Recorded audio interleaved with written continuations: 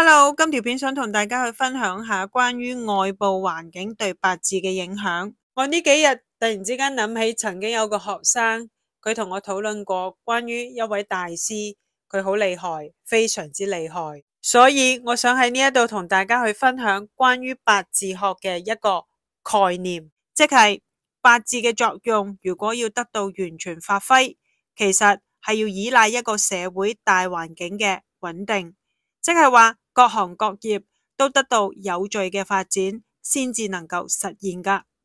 當大環境正處於社會失序亂世嘅狀況之下，八字係會受到明顯嘅干擾影響。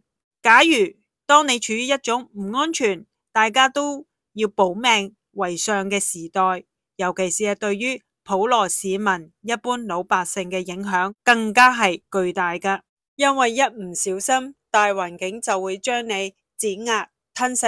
試問呢一個時候，八字仲有啲乜嘢發揮空間呢？你嘅八字仲有啲乜嘢可能係絕對嘅呢？所以八字並唔係萬能，乜嘢都可以算出嚟批出嚟。呢個時候乜嘢八字神算大師好準，非常準，咁大家就要保持頭腦清醒啦。拜拜。